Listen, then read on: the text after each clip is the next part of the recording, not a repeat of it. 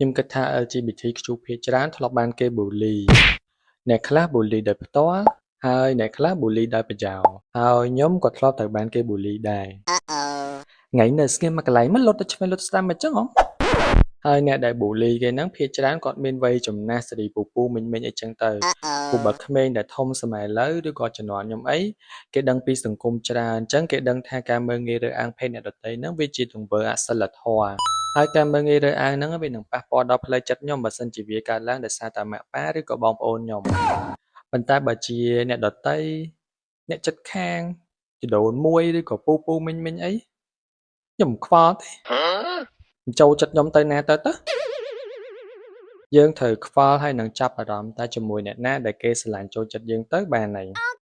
ហើយបើយើងគិតទៅជាអ្នកដទៃមកមើលងាយប៊ូលីយើងវាដូចជាឆ្កែដែលយើងដើរតាមផ្លូវសុកពីព្រោះយើងអញ្ចឹងយើងមិនបាច់ទៅខ្វល់ថាថៃមិនឆ្កែព្រោះធ្វើមិនឆ្កែឈប់ព្រោះទេ